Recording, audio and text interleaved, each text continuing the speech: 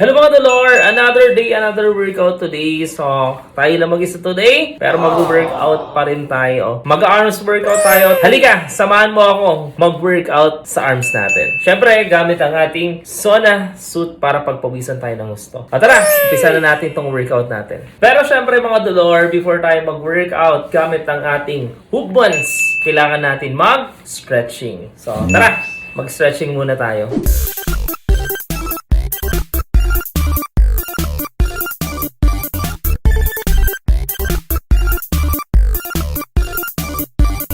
So yung mga Dolor, tapos na tayo mag-stretching. So pwede na tayo mag-workout para sa ating arms.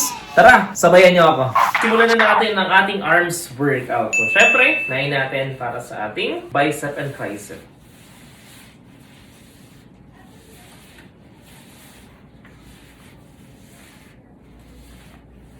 Ulit-ulitin mo lang yan 12 times tapos 3 sets.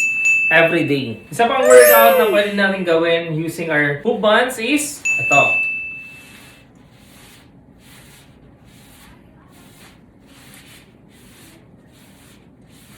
Ulit-ulitin mo lang yon 12 times sa right at saka sa left for 3 sets every day. At syempre, Dolor, pwede mo rin gawin yon sa harapan na parang ganito.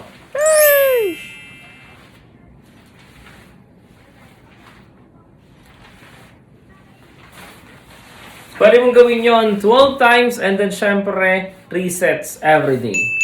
At syempre yung huli natin gagawin na workout for every day is ganito.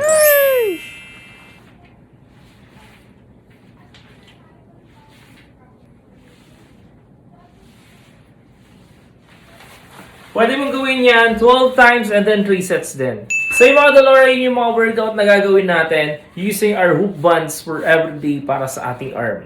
So ayan, tutuloy ko na yung workout ko para matapos ko na yung 3 sets. Paalam sa inyo!